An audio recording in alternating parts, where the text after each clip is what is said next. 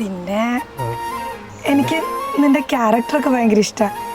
നിന്നെപ്പോലെ ഒരാളെ കല്യാണം കഴിച്ചാൽ കൊള്ളാമെന്നുണ്ട്. എന്നെ പോലെ ഒരാളെ പറയുമ്പോൾ ഞാൻ തന്നെ ആയിരിക്കും.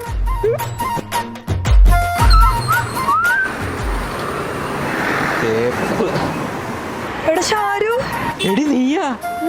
അല്ല നീ ഇതെവിടെയെന്ന് എത്ര നാളായി കണ്ടിട്ടേ? എടാ ഞാൻ യൂറോപ്പിൽ സെറ്റിൽഡ് ആയി. യൂറോപ്പിലാ? എടാ അത് പിന്നെ പിന്നെ അത് ഞാൻ അന്ന് പറഞ്ഞില്ലായിരുന്നോ എനിക്ക് നിന്നെ പോലത്തെ ഒരാളെ കല്യാണം കഴിക്കാൻ ഇഷ്ടമാണ്.